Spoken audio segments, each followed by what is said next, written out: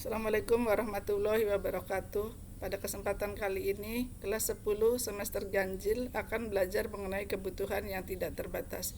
Kebutuhan manusia itu tidak terbatas, tetapi secara garis besar dibagi menjadi 4 jenis.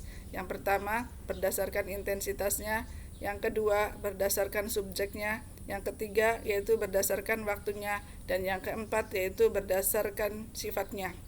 Berdasarkan intensitasnya, kebutuhan manusia dibagi menjadi 3, yaitu kebutuhan primer, kebutuhan sekunder, dan kebutuhan tersier. Kebutuhan primer yaitu kebutuhan yang harus dipenuhi demi kelangsungan hidup, misalkan sandang, pangan, dan papan.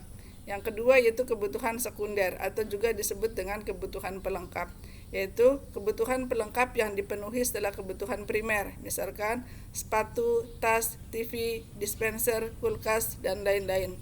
Yang ketiga yaitu kebutuhan tersier atau kebutuhan mewah, yaitu kebutuhan mewah yang dipenuhi setelah kebutuhan primer dan kebutuhan sekunder terpenuhi, misalkan mobil mewah, perhiasan, villa mewah.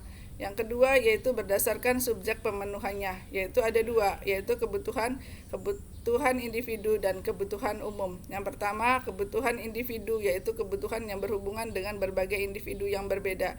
Misalkan kebutuhan para petani dengan para siswa itu beda. Kalau petani itu kebutuhannya misalkan yang dibutuhkan adalah pupuk, benih, cangkul, dan lain-lain. Sementara para pelajar yaitu buku, seragam sekolah, dan lain-lain.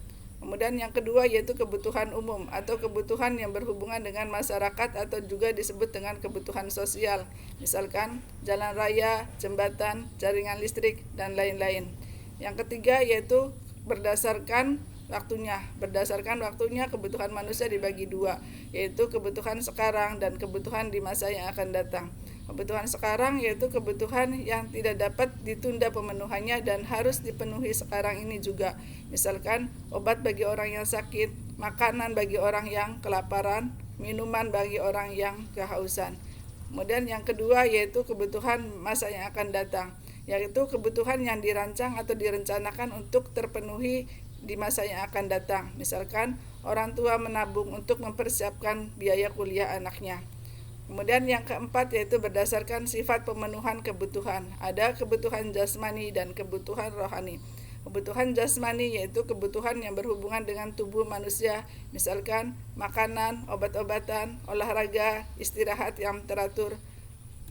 Kemudian ada kebutuhan rohani yaitu kebutuhan yang berhubungan dengan kejiwaan seseorang, misalkan beribadah, rekreasi, mendengarkan musik, berdoa, dan lain-lain.